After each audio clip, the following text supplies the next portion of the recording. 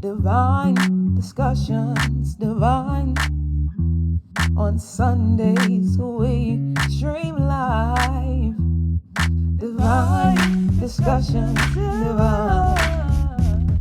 Conversation to stir up your mind. The way I grew up, um, with me being like the praise and worship leader, the only one doing, playing the instruments, being the usher, I think with that expectation and growing up for me, that my parents, as ministers in the gospel, made us examples. That way, the expectations that they had for us, they had for the other young people or the other saints that was in the church. So with us, it was like the expectations was the same. When I say unto one, I say unto all. So Yes, they do differ. I will be very frank and honest. There was a time where I think I just got really fed up, like everything built at once. And I said to my dad, or maybe both my parents, I was like, why am I, because I'm youth, why am I the only youth that's always being used for stuff? Like, I just got really tired because I felt not even like exhausted, like I want to go to sleep, but like just over it. Because I felt like, whenever there's something to be done in the youth department, the Joe can do this, the Joe do that, the Joe. And I felt like, all these other youth are here, why not use them? And that was an actual conversation that I had with them. So for a point in time, I definitely did feel like that. And I kind of get it to an extent because it's like you're already someone that they know they can depend on. So they don't have to worry about no ifs, ands, or buts when they come to you. It's like, the Joe, can you do this? Sure. All right, then let's keep it going. And sometimes for other youth, they tug and pull and stuff and give all these excuses. But I really just said to them one day, like, you can use other people. Like, this is a real frank conversation I had. And I think I don't want to say saw the error of their ways, but they understood where I was coming from.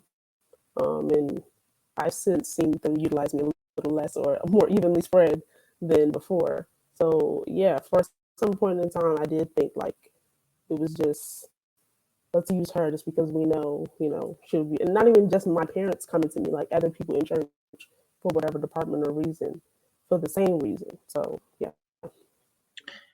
Yeah, I could touch upon that. I mean, I pretty much agree with what both of you all said. It is the truth that the expectations are definitely higher on both ends, actually. And I think in connection to what Najol says, I think the expectations are higher. And I think, like she mentioned before, your parents usually see you, they usually ask you a lot to do things because, like you said, you are the one who they can rely on. You are the one they can trust.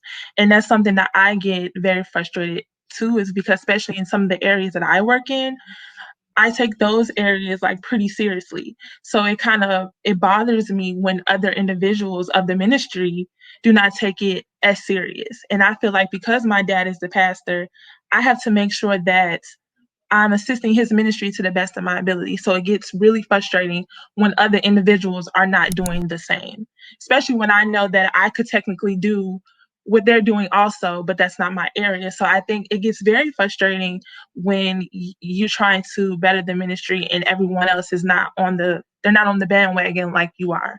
And it also in connection with expectations, I think that when you are leading certain areas, because you're the pastor's kid, I do think that they feel like it should be the bomb.com when there's so many other connections to that. It's just not me. But what about your piece? Are you doing your piece to make sure that everything is together? So I think that expectations are definitely are higher for preachers' kids, and I think people should know that and should be thinking about that when they are, connecting themselves, and I would say when they are putting that pressure on the pastor's kids.